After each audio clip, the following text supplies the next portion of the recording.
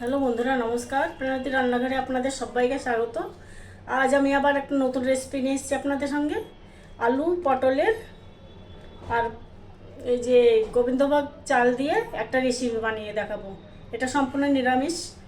আপনারা দেখতে থাকুন কি করে বানাই আমি। তার আগে আমি একটা পেস্ট বানিয়ে নেব। আদা, জিরে, কাঁচা লঙ্কা, এই পেস্টটা আমি বানিয়ে রেখে দিলাম। এবার আমি নিয়ে নেব একটা কড়াই। গ্যাসটা আমি অন করে দিলাম।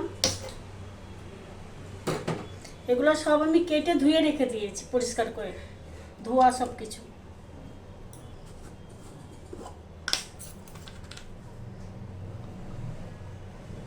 এবার আমি কড়াইয়ে দিলাম 1 চামচ ঘি।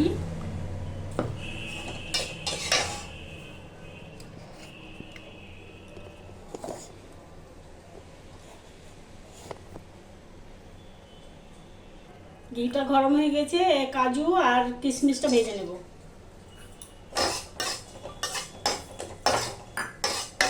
আর একটা দিয়ে দেবো তেজপাতা। তার সাথে দিয়ে দেবো গোবিন্দভোগ চাল।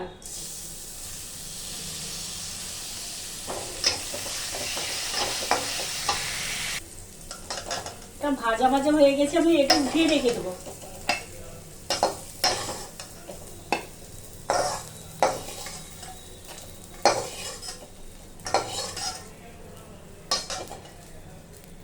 আমি ওই কড়াইয়ে দিয়ে দিলাম সাদা তেল,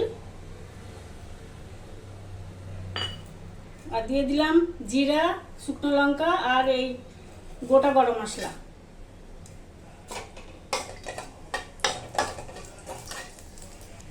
এবার আমি এই পটল আর আলুগুলো ভেজে নেবো। এগুলোতে লাল লাল করে ভেজে নেবো।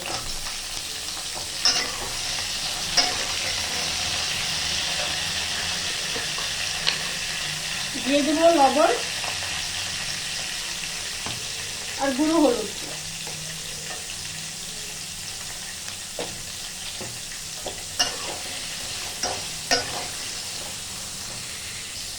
আমার আলু পটলটা লাল লাল করে ভাজা হয়ে গেছে।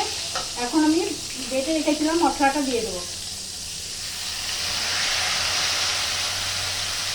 মশলাটা দিয়ে আমি কষিয়ে নেব।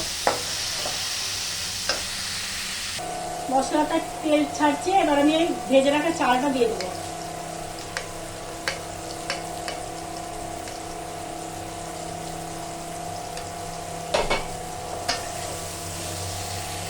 আলু পটলের সাথে চালটা ভালো করে কষে গেছে। এবার দিয়ে দেবো পরিমাণ মতো জল।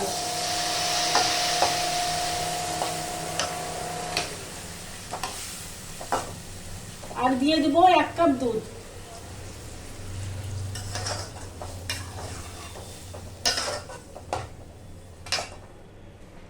সিদ্ধ হওয়া পর্যন্ত আমি 10 মিনিট ঢাকা দিয়ে দেবো। আমার 10 মিনিট হয়ে গেছে, থালাটা উঠিয়ে নেব।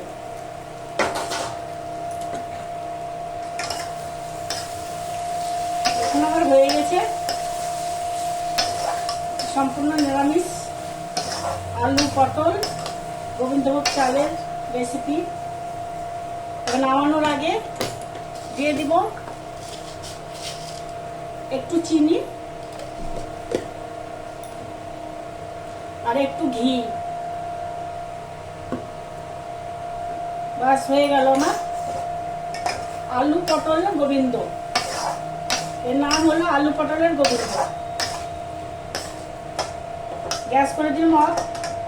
এটাকে আমি সার্ভ করছি।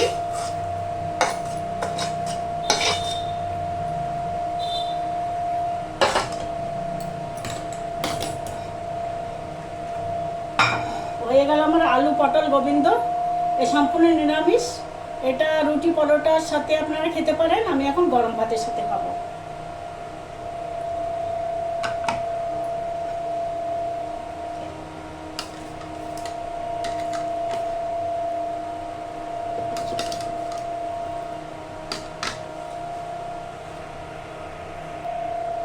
বন্ধুরা, আপনারাও ট্রাই করে দেখবেন একদিন আমার মতো এরকম আলু পটল গোবিন্দ।